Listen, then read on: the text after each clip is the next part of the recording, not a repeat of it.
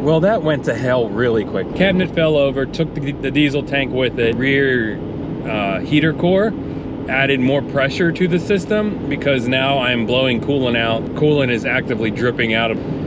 Will I ever drive this thing? Should I just camp in an Outback?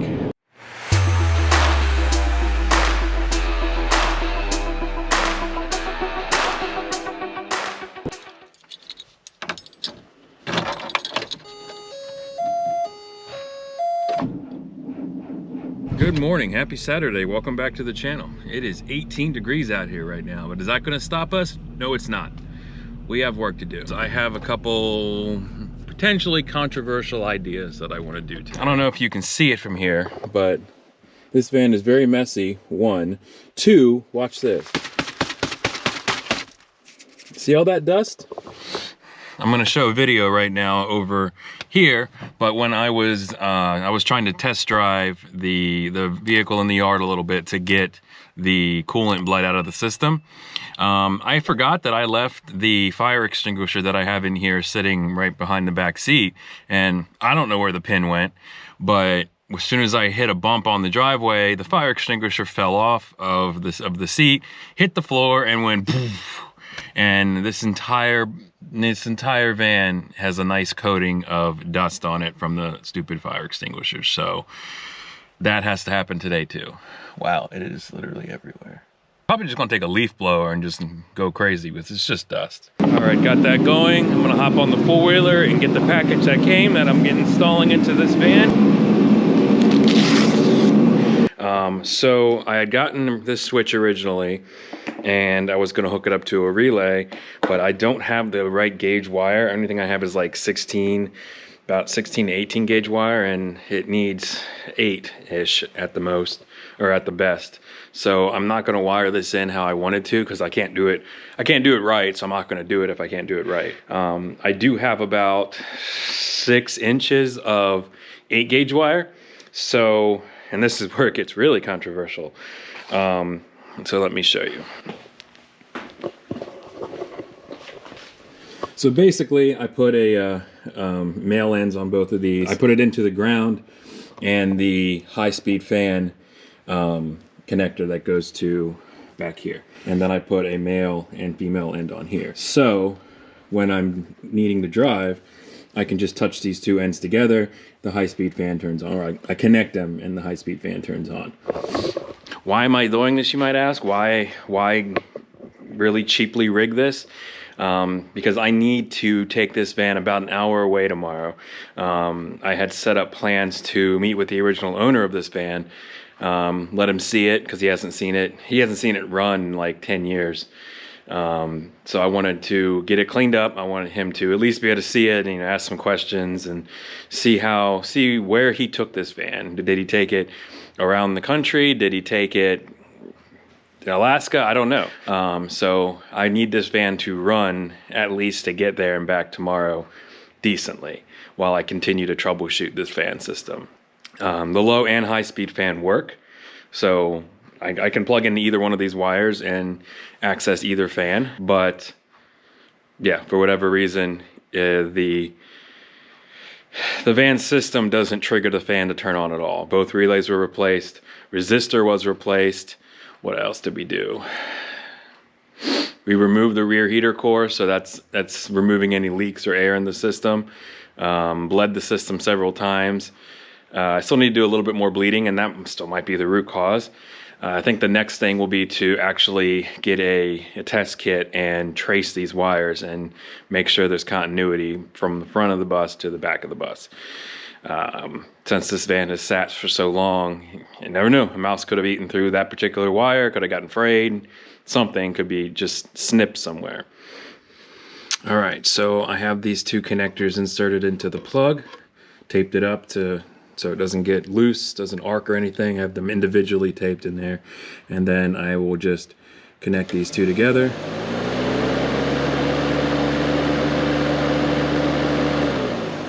And as you hear when I do that, the low speed fan runs. So with that, I can wrap up this little mini project for today. And then I'm gonna clean out the inside now. Okay, I'm back. We have cleaned out I cleaned out the inside. I literally took the leaf blower and blew all of the dust from the fire extinguisher, at least a little bit, out of here. I'm gonna wipe it down in a little bit. I topped off the coolant again back there, and I'm gonna back this thing out into the driveway and see how it does. I'm gonna let it run. I'm gonna let it warm up. Then I'm gonna connect the fan to see how that works. I mean, theoretically, it's part of the system. I mean, overall, it's running good. Right on the brake rotor that's on the ground. Strategically placed, good to go. Thank you, Devlin. Maybe now's a good time to figure out what that rattling sound is.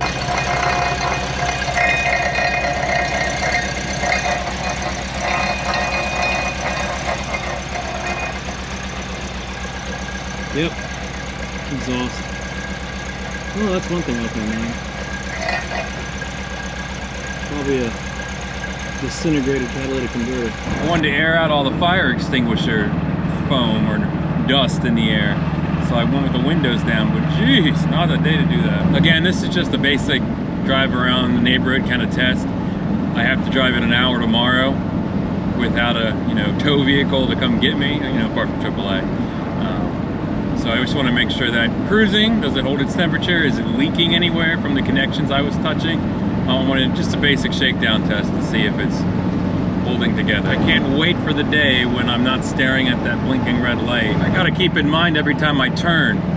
I know that cabinet is heavy. I got stuff in it. It's not going anywhere, I don't think. But if I made a really hard turn, it would fall over.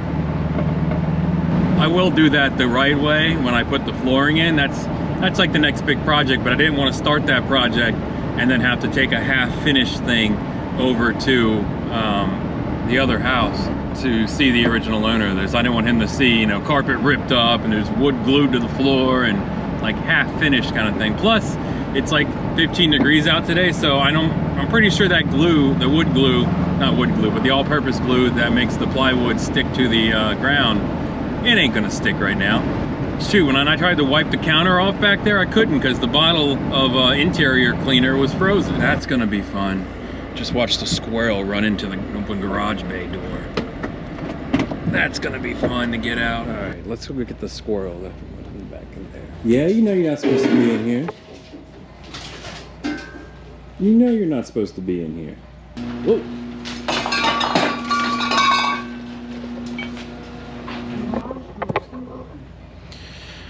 Guess it's better than mice. Well, that went to hell really quickly. I don't even know how to describe the events that just happened. And I think a lot of it is based on me saying, well, this cabinet isn't bolted down. That would sure be a bad thing if that fell over. Hey, guess what? The cabinet fell over. I did a turn too tight in the backyard, just turning the van around. Cabinet fell over, took the diesel tank with it, broke the nozzle off the bottom of the diesel tank. Diesel spilled all over the carpet. The tabletop, the countertop broke off of the cabinet. I guess because it's so cold and like everything is really brittle, so it all broke. Now I need to get a new tank. Need to figure out how to reinforce the hinge on the countertop. Hopefully the diesel doesn't eat through that paint because that'll be a redo project. And on top of that, I'm guessing me removing that rear heater core added more pressure to the system because now I'm blowing coolant out somewhere else.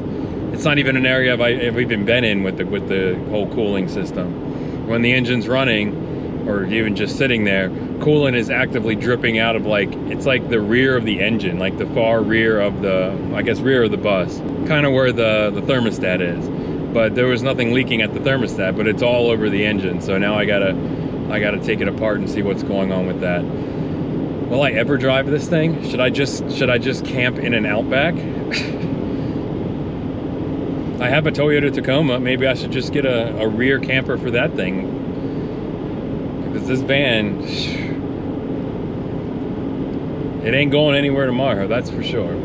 Lessons learned. Enjoy. Well, this day has gotten a little interesting. Met up with Charlie. You'll see in a second. We bought a side-by-side. A Yamaha something. I have no idea which one it is.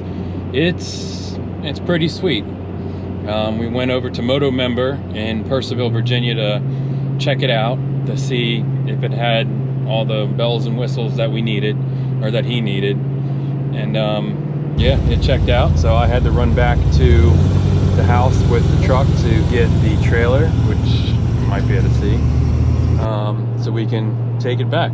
Didn't see this coming today.